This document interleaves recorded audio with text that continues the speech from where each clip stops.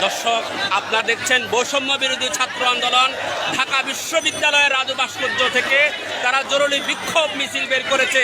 তারা বিক্ষোভ মিছিল বের করার আগে তারা সরকারকে, বর্তমান যে উপদেষ্টার সরকার রয়েছে তাদেরকে 3টি জোরালো দাবি উপস্থাপন করে তারা হুঁশিয়ারি দিয়েছেন। আজকে স্বরাষ্ট্র উপদেষ্টা বলেছে আওয়ামী লীগকে দল গুছাতে, তারা এটি তীব্র নিন্দা প্রতিবাদ জানিয়ে হুঁশিয়ারি দিয়ে বলেছে তিনি যদি এই ধরনের কথা বলতে থাকে, আওয়ামী লীগের পুনর্বাসন করার কথা যদি চিন্তা করে থাকে, তাহলে হাসিনার মতো তাকেও এই ক্ষমতার চেয়ার থেকে সরে যেতে হবে।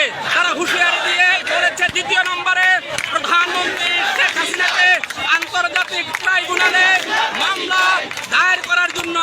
এছাড়া তারা গণমাধ্যমকে হুঁশিয়ারি দিয়ে বলেছে কিছু কিছু গণমাধ্যম আওয়ামী লীগের পুনর্বাসনের বিষয়ে তারা ষড়যন্ত্র করছে, তারা তাদের সতর্কবার্তা দিয়েছে। এছাড়া তারা আজকের এই সমাবেশ থেকে 15ই আগস্ট ঘিরে ক্ষমতাসীন আওয়ামী লীগদের ষড়যন্ত্রের চক আঁকছে, সেইটি রুখে দেওয়ার এখান থেকে তীব্র বার্তা দেওয়া হয়েছে আজকের এই জরুরি সমাবেশ থেকে।